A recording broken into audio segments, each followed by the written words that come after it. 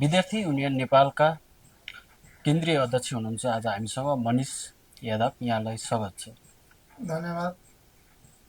अहिले यति बेला राष्ट्रिय राजनीतिमा विभिन्न कुराले राष्ट्रिय राजनीतिक तरङ्ग छ। पहिले पनि भूमि विधेयक राष्ट्रिय सभासम्म पुगेर अड्किएको थियो। अहिले यसले फेरि चर्चा पाइरहेको छ। यो प्रति हजुरको धारणा कस्तो छ? हेर्नुहोस्, यो भूमि अध्यादेशको विषयमा हाम्रो पार्टी र हाम्रो सङ्गठनको तर्क के छ भन्दाखेरि यो अहिले जुन सरकारले भूमि अध्यादेश ल्याउने कुरा गरिरहेका छन्, यो चाहिँ तपाईँको जनताको विपरीत होइन, देशको जुन नागरिकको हक अधिकार छ त्यसको विपरीत यो अध्यादेश आउन लागेको हो। अब यसलाई तपाईँले हेर्दाखेरि अब यो भूमि अध्यादेशले यो देशको भूमाफिया, रियल एस्टेटरहरू होइन चाहिँ तपाईँको चाहिँ यो जग्गाको दलालहरूलाई बढावा दिने हो र यसले तपाईँको वन जङ्गल विनाश हुने होइन, तपाईँको चाहिँ सिङ्गो तराई मधेसलाई चाहिँ मरुभूमिकरण गर्ने जुन यो उद्देश्यले मानसिकताले यो सरकारले जुन चाहिँ यो भूमि अध्यादेश ल्याउने प्रयास गर्दैछ यसका विरुद्धमा छौँ हामी। जङ्गल फडानी गर्ने, चुरे संरक्षण गर्नको लागि कार्य गर्नुपर्नेमा चुरेलाई समाप्त गर्ने, जङ्गल फडानी गर्ने, त्यस पछाडि चाहिँ तपाईँको अनि त्यहाँ हजारौँ रुख बिरुवा काटेर जङ्गल फडानी गरेर चाहिँ तपाईँको बस्ती विस्तार गर्ने जुन योजना बनाएको छ सरकारले, यसलाई हामी कदापि स्वीकार्य गर्दैनौँ र हुन दिन्नौँ। त्यसको लागि हामी एकबद्ध छौँ। अब लाल पूर्जा नभएका जनताहरू, सुकुम्बासी भएका जनताहरूलाई पनि त लाल पूर्जा त चाहिएला नि त। ती जनताहरूलाई, लाल पूर्जा नभएकाहरूलाई चाहिँ हामीले लाल पूर्जा कसरी उपलब्ध गराउने, जग्गा नभएका, जमिन नभएकाहरूलाई जग्गा चाहिँ कसरी उपलब्ध गराउने त? हो, तपाईँले बल्ल कुरामा आउनु। सबभन्दा पहिला त तपाईँको यो जुन भन्नुभयो नि सुकुम्बासी, सुकुम्बासीको एउटा आयोगले छानबिन पुनः गर्नु पर्यो। कतिपय यस्ता सुकुम्बासीहरू छन् जो सरकारी जागिरमा छन्, यहाँ बागमतीको कोरिडोरमा घर बनाएर म सुकुम्बासी छु भनेर सुकुम्बासीमा नाम लेखाएका छन्। कतिका यो देशमा घर छन्, यही काठमाडौँ उपत्यकाभित्र घर छन्, त्यहाँ चाहिँ तपाईँको खोला कोरिडोरमा चाहिँ घर बनाएर भाडामा पनि दिएका छन्। यी सत्यहरू तपाईँहरूले विगतका दिनमा सामाजिक सञ्जाल मिडियाहरूमा देखिराख्नु भएको छ। उहाँहरूको मैले भन्न खोजेको उहाँहरू सबै त्यस्तो होइन क्या। जो हुनुहुन्छ त्यसको लागि जुन यो सुकुम्बासी आयोग छ उहाँहरूले यो छानबिन गर्नु पर्यो। सबभन्दा पहिला त्यो छानबिन गरेर चाहिँ वास्तविक भूमिहीन, वास्तविक सुकुम्बासी भूमिहीन को हो उहाँहरूको उचित व्यवस्थापन हुनुपर्छ। त्यो व्यवस्थापनको लागि चाहिँ तपाईँको त्यस्तो खालको चाहिँ अध्यादेश ल्याउनुपर्छ। अहिले जुन अध्यादेश ल्याउन खोजिएको छ राज्यले, यो अध्यादेशले यो जनताको हितमा छैन। यसले चाहिँ तपाईँको अहिले देखिराख्नु भएको छ ग्लोबल वार्मिङको विषय छ होइन, पर्यावरणको कुरा छ। तपाईँ काठमाडौँमै हेर्नु हुनुहुन्छ भने विगत 5-10 वर्ष अगाडिको वातावरण तापक्रम र आजको तापक्रममा फरक छ नि, धेरैको फरक छ। के को कारणले गर्दा? यही जङ्गल फडानी हुने तपाईँको, यो त सबै राज्यद्वारै भइरहेको छ नि त। त्यो भएको हुनाले हामी चाहिँ यो अध्यादेशमा हाम्रो असहमति छ।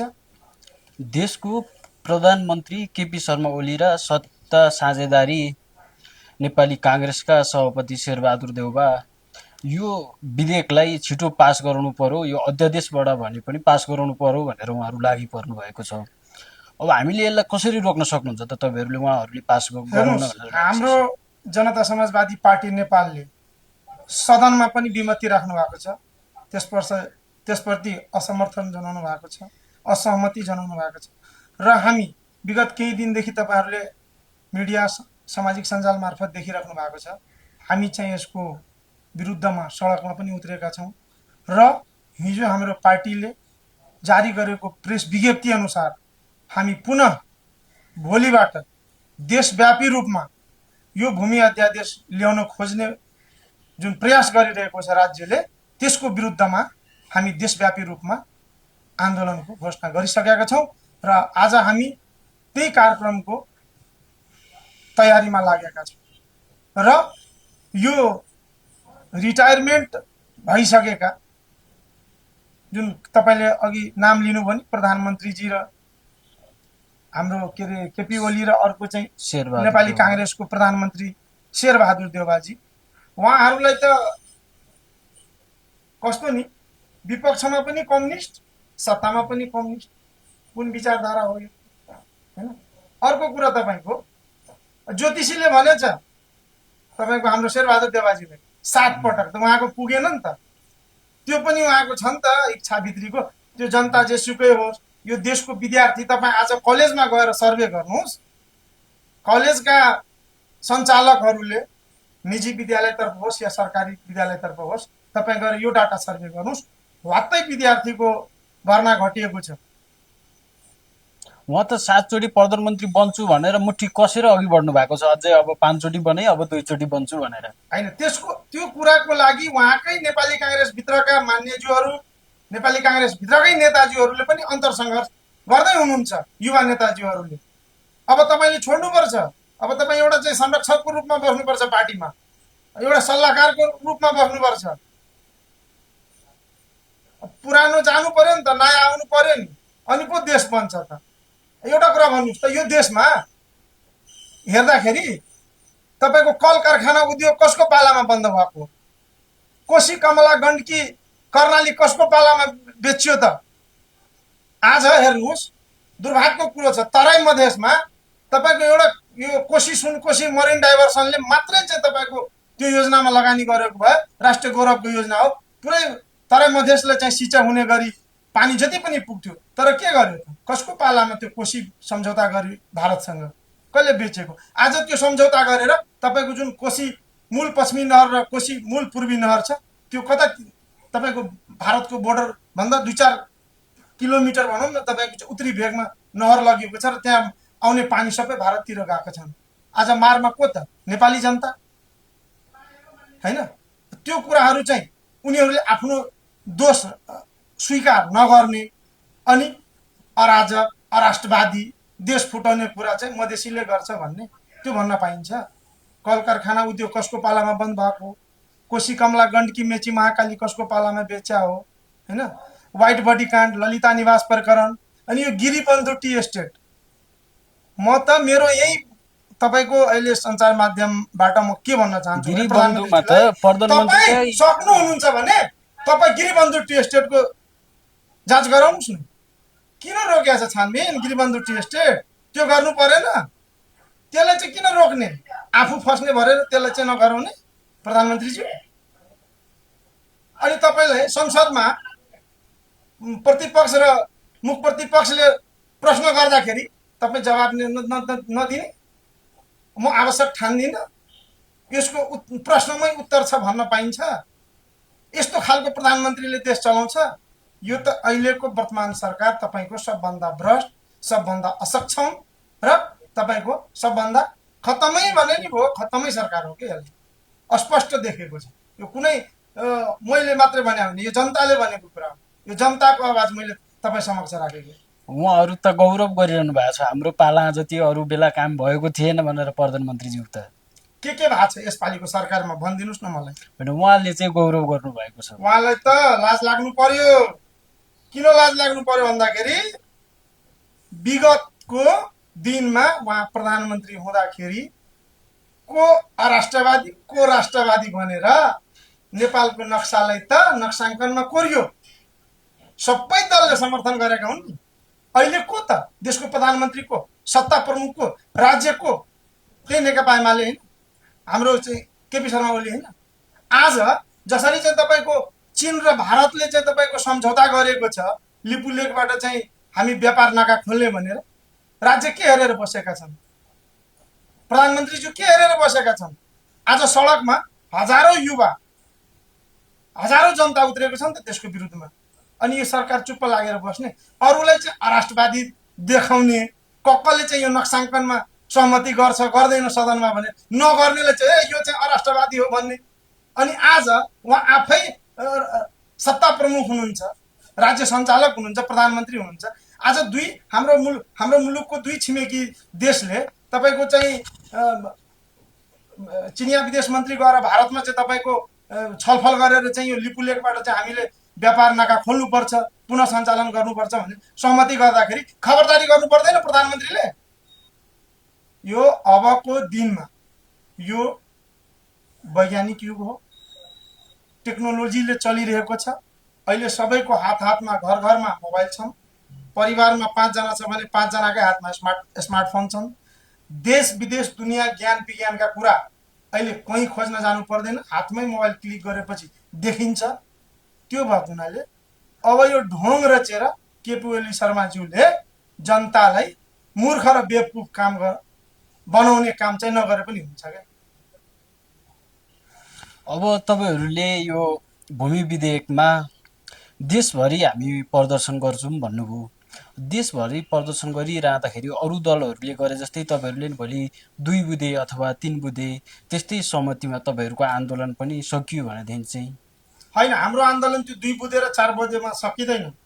तपाईँहरू एउटा कुरा के क्लियर हुनुहोस् भने विगतमा चाहिँ हाम्रो सदनमा हाम्रो पार्टी अध्यक्षज्यू र हाम्रो पार्टीका संसदज्यूहरूले यो भूमि अध्यादेशमा असहमति जनाएपछि विभिन्न मिडिया, विभिन्न सञ्चारकर्मीले के भन्न थाल्यो भने ए यो त सत्ताको बार्गेनिङ हो, यो त मन्त्रालयको बार्गेनिङ हो।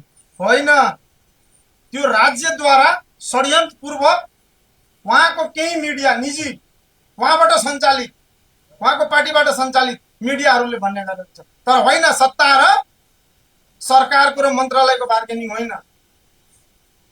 हाम्रो सर्दै पार्टीको राष्ट्र अध्यक्ष माननीय उपेन्द्र यादवज्यू उहाँ मधेसी, आदिवासी जनजाति, मुस्लिम, महिला, पिछडा वर्ग, दलित, सीमाङ्कृत, अवहेलितमा परिएका वर्गहरूको निम्ति पहिचानवादी शक्तिको रूपमा उहाँ चाहिँ एउटा संहिताको पिता यो देशमा को हो भन्दाखेरि त्यो भोलिको दिनमा, आउने दिनमा इतिहासमा पनि लेखिन्छ। त्यो उपेन्द्र यादव हो भने यो कुरामा क्लियर हुनुहोस् तपाईँहरू। त्यो भएको हुनाले यो 2 बुँदे 4 बुँदे यो बर्गलाउने कुरातिर तपाईँहरू नजानु, यसमा क्लियर हुनुहोस्। जबसम्म जनताको हितमा भूमि अध्यादेश आउँदैन तबसम्मको लागि चाहिँ हाम्रो पार्टी र हामीबाट त्यसमा असमर्थन छ, असहमति रहनेछ। यसमा क्लियर हुनुहोस् तपाईँहरू। अब यो गौर हत्याकाण्ड त हजुरलाई प्रष्टै थाहा छँदैछ। अदालतले यसको छानबिन प्रक्रिया अघि बढायो। यसमा चाहिँ हजुरहरूको पार्टी अध्यक्ष उपेन्द्र यादव पनि जोडिनु भएको छ र तपाईँहरूको पार्टीले विरोध पनि गर्नुभएको छ। अनि उपेन्द्र यादवजीले उहाँले के भन्नुभएको छ, के लेख्नु भएको छ भने अब पीडितले न्याय पाउने भए भनेर लेख्नु भएको छ। उहाँले व्यङ्ग्य गर्नुभएको कि न्याय पाउनको लागि त्यो लेख्नु भएको? व्यङ्ग्य उहाँले गर्नुभएको होइन, तपाईँ जस्तो सञ्चारकर्मीहरूले त्यसलाई चाहिँ व्यङ्ग्य बनाउन खोज्दै हुनुहुन्छ। एउटा कुरा क्लियर के हुनुहोस् भने यो देशमा उपेन्द्र यादव जब पहिचानवादी पक्षधरहरूको लागि, मधेसी, आदिवासी जनजाति, दलित, मुस्लिम, पिछडा वर्ग, सीमाङ्कृत वर्ग लगायत विभेदमा परिएका समुदायिक वर्गको लागि, जनताको लागि जब आवाज उठाउनु भयो उहाँले अहिंसात्मक आन्दोलनको घोषणा भयो र त्यही अहिंसात्मक आन्दोलन गर्दै क्रममा ल एउटा कुरा तपाईँलाई क्लियर हुनुहुन्छ कि हुनुहुन्न? त्यो गौर हत्याकाण्डको कुरा गर्नुभयो तपाईँले। त्यो राइस मिलको ग्राउन्डमा, फिल्डमा, मैदानमा सबभन्दा पहिला कार्यक्रम गर्छु भनेर सिडिओ जिल्ला प्रशासन कार्यालय रौतहटमा कसले चाहिँ अनुमति लिएको थियो? तत्कालीन मधेसी जनाधिकार फोरम नेपालले लिएको हो। यसमा क्लियर हुनुहुन्छ कि हुनुहुन्न? एउटा कुरा भयो। अर्को कुरो, त्यस पछाडि तपाईँको मधेसी जनाधिकार फोरम नेपालले त बन्दुक लिएर त आन्दोलन गरेका छैन। मैले भने नि अघि अहिंसात्मक आन्दोलन, अहिंसात्मकवादी नेता उपेन्द्र यादवजी हुनुहुन्छ। त्यसलाई तपाईँहरूले क्लियर बुझ्नुहोस्। र अर्को कुरो रह्यो घटनाको, तत्कालीन नेकपा माओवादीको जनवर्गीय संगठन मधेसी राष्ट्रिय मुक्ति मोर्चा को अध्यक्ष हुनुहुन्थ्यो मातृका प्रसाद यादवज्यू, महासचिव हुनुहुन्थ्यो प्रभु शाहज्यू, र प्रभु शाहज्यूको नेतृत्वमा तपाईँको चाहिँ त्यहाँ कार्यक्रम गर्ने भनेर उहाँलाई जिम्मा दियो। किन भन्दाखेरि गौरमा कार्यक्रम भइरहेछ, प्रभु शाह कहाँको, रौतहटको। अब त्यहाँको माओवादीको नेता भएपछि जिम्मा माओवादी पार्टीले सायद त्यहाँ उहाँलाई दिएको होला, होइन यो फोरमहरूलाई त कार्यक्रम गर्नै दिनुहुन्न हौ, यो तपाईँको नेतृत्वमा चाहिँ जानुहोस्, त्यो कार्यक्रमलाई बिथोल्नुहोस्। जनताको आवाजलाई बिथोल्न पाइन्छ? तपाईँले प्रश्न गर्नुभयो, मैले जवाब दिन पाइन्छ कि पाइँदैन? त्यो कार्यक्रम त तत्कालीन मधेसी जनअधिकार फोरम नेपालले आयोजना गरेको थियो। त्यो गरिरहँदाखेरि नेकपा माओवादीले कार्यक्रमै गर्नु थियो भने त्यो रौतहटको जिल्लामा अन्य खेल मैदान लगायत ठाउँहरू त पर्याप्त थियो नि, उतै सरेर उतै गर्दा त हुन्थ्यो। त्यही आएर गर्नुपर्ने त आवश्यकतै थिएन। एउटा कुरो। अर्को कुरो, त्यहाँ चाहिँ तपाईँको तत्कालीन नेकपा माओवादीको भातृ सङ्गठन मधेसी राष्ट्रिय मुक्ति मोर्चाका नेता कार्यकर्ता, त्यस पछाडि तपाईँको सिन्धुली तर्फबाट चाहिँ नेकपा माओवादीकै वासिएलका कार्यकर्ताहरू, तपाईँको बारा जिल्लाको चाहिँ दरबार भन्ने एउटा राजाको दरबार हो पहिला, त्यो होटल जस्तो चलाएको छ, त्यहाँ बसेर योजनाबद्ध तरिकाले त्यसको नेतृत्व प्रभु शाहले गरेको हो। यसमा क्लियर हुनुहोस्। त्यो प्रभु शाहले नेतृत्व गरेर गएर चाहिँ त्यो गौरको घटना घटाइएको हो। र हाम्रो सम्माननीय अध्यक्षज्यूको कुरा गर्नुभयो भने उहाँ त त्यो दिन कार्यक्रममा पनि हुनुहुन्थेन। त्यो दिन त्यो कार्यक्रममा पनि उहाँ हुनुहुन्थेन। भनेपछि कुरा के रहेछ भन्दाखेरि अब तपाईँलाई म जोडेर के देखाउन चाहन्छु भने यता भूमि अध्यादेश, उता गौर हत्याकाण्ड। उपेन्द्र यादवले त संसदमा नटर्ने भयो। अब यसले कसरी टेर्ने, सिद्ध्याउने, समाप्त पार्ने षड्यन्त्रपूर्वक यो सरकारले, यो राज्यद्वारा षड्यन्त्रपूर्वक नियोजित ढङ्गले चाहिँ यसलाई चाहिँ तपाईँको अगाडि बढाइरहेको एकदम क्लियर मानसिकता देखिन्छ राज्यको र यो केपी शर्मा ओलीजीको।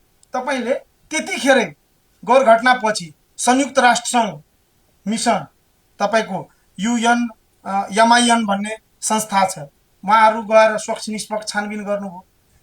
त्यसको प्रतिवेदन सार्वजनिक किन नगरे राज्यले? तपाईँको राष्ट्रिय मानव अधिकार आयोगले चाहिँ तपाईँको छानबिन गरेको छ, त्यो प्रतिवेदन किन सार्वजनिक नगरेको?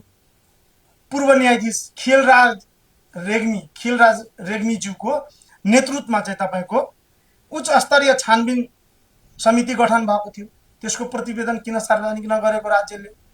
त्यस पछाडि तपाईँको तत्कालीन नेकपा माओवादी भित्रकै चाहिँ पार्टीका शीर्ष नेताहरूको नेतृत्वमा छानबिन समिति गठन भएको थियो।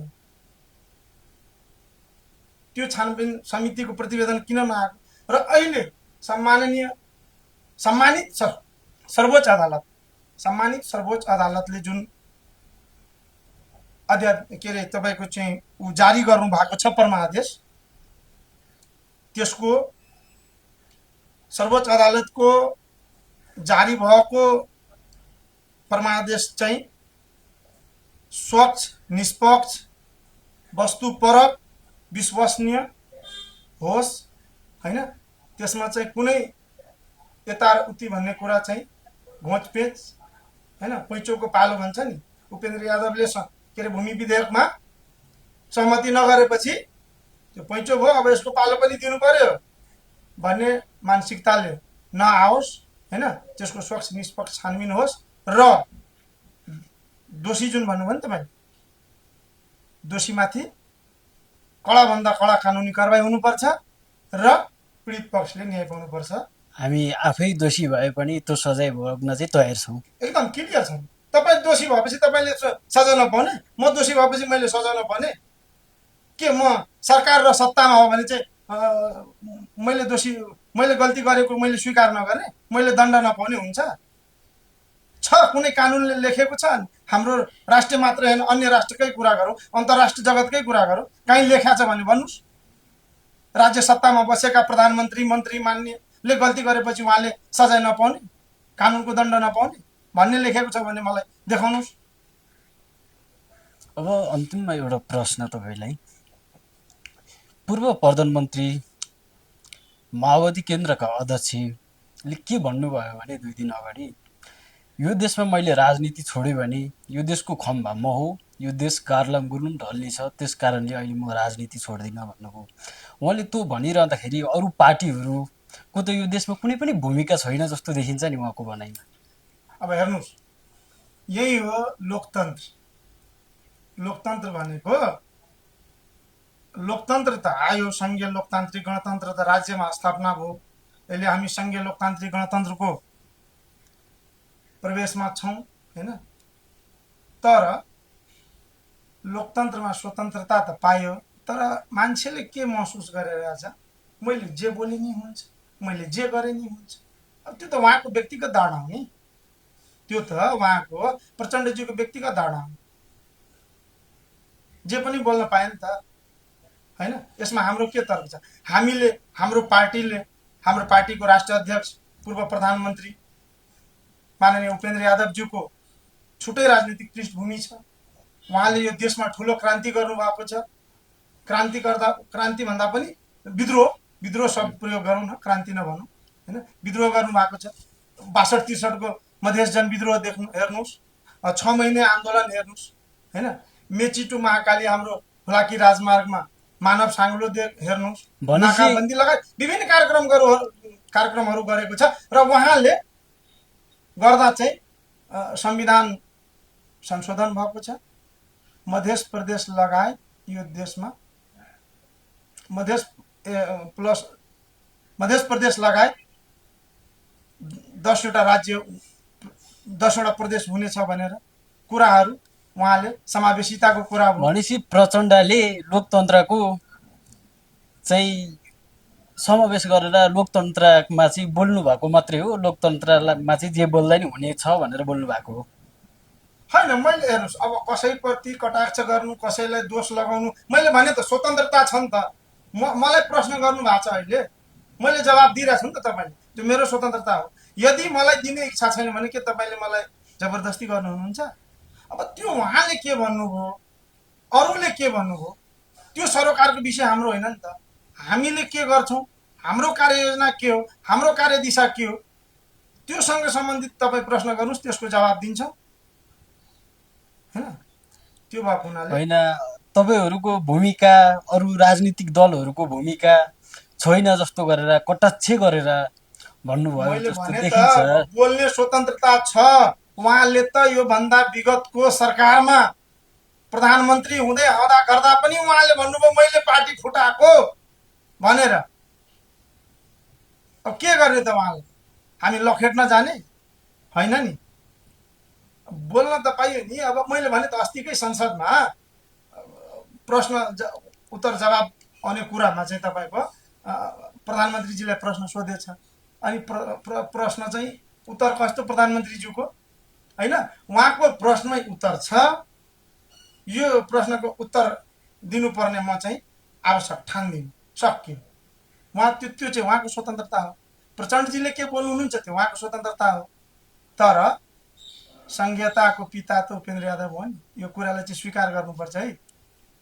केही तत्त्व र केही वर्गले मात्रै स्वीकार नगरे पनि यो देशको मधेसी, आदिवासी, जनजाति, दलित, मुस्लिम, महिला, पिछडा वर्ग, विभेदमा पारिएका सीमाङ्कृत यी वर्गले स्वीकारेका छन्। तपाईँ हेर्न सक्नुहुनुहुन्छ। त प्रचण्डहरू हामीले ल्याएको भनिरहेछन् माओवादीहरू। विगतको छ त सम्झौता, विगतको छ त सबै इतिहास छ त। तपाईँ आज होइन, अर्को दिन मसँग बस्नुहोस्, होइन? म त्यो सबै सत्य तथ्य डाटा ल्याएर दिन्छु नि। सरकारको कोसँग कति बुझे, कहाँ सम्झौता भएको थियो, केमा सम्झौता भएको थियो, अनि के चाहिँ आयो। यो मोडालिटी अहिले राज्यको जुन संरचना छन्, जुन राज्य 3 तहको सरकार छ, यो अरूले ल्याएको, यो समावेशिताको कुरा अरूले ल्याएको, समानुपातिक समावेशीको मुद्दा चाहिँ कसको? माओवादीहरूले त यो सबै हामीले ल्याएको भन्नु होइन। मिडियामा चाहिँ सञ्चारकर्मी पत्रकारले चाहिँ प्रश्न गर्ने गर्छन्। तपाईँलाई एउटा प्रश्न गरे क्या, तपाईँले यो कुरालाई स्वीकार्नु हुनुहुन्छ? यो कुराले तपाईँले स्वीकार्नु हुनुहुन्छ? होइन। अनि 62-63 मधेस जनविद्रोह जुन भयो, त्यसको उपलब्धि के हो त? त्यो त बकाइदा राज्यले आन्दोलन पक्ष, आन्दोलनको नेतृत्वसँग सम्झौता गरेको बकाइदा डकुमेन्ट छ नि। मैले भने त तपाईँ अर्को दिन आउनुहोस् मसँग इन्टरभ्यू लिन, होइन? म त्यो कुराहरू तपाईँलाई कागजमा चाहिँ डकुमेन्टेसनमा तपाईँलाई दिन्छु। 62-63 मधेस आन्दोलन पछिको राज्यले सम्झौता के कुरामा गर्यो त, कुन मुद्दामा गर्यो त? त्यो हो नि त वास्तविकता। अब मैले जे भन्दैमा हुन्छ